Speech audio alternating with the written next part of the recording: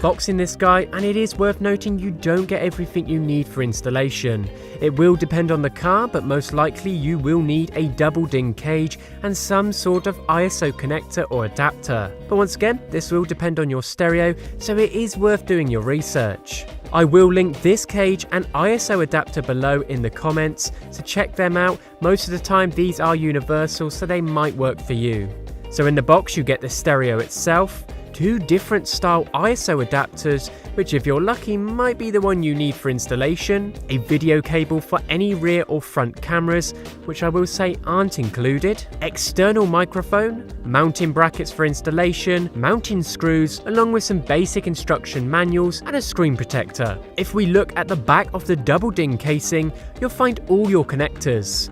Obviously you're going to want to focus on the power port as much as you can, as this is very much where you're going to need to do most of the work to ensure you've got this wired up properly, so do take note of this connection. The front screen is a very nice booming size at little over 10 inches, and it certainly will become a focal point for any car.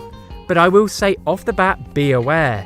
You do have some adjustability with height and view angle, but for some vehicles the screen may block the air vents or controls, and you'll see what I mean later. What I like about this stereo is they have kept the tactile main buttons. Some of the other screen stereos I've used have lacked them and only used touchscreen, and this can be very irritating trying to change track or volume while driving just purely using a touchscreen.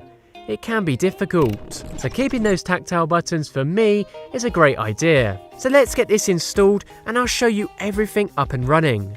So adjusting the stereo tilt and movement is done manually by adjusting the mount position and tightening it into the desired place. This can be somewhat tricky, but you'll get it in shape rather quickly. Here you can adjust the height. This part will take some general trial and error, but it is worth taking your time to get the height and tilt perfect for the car, because not everybody is going to be the same. So you're going to want to mount the double DIN into the cage. This part is dead easy and doesn't require too much explanation. Remove your old car stereo.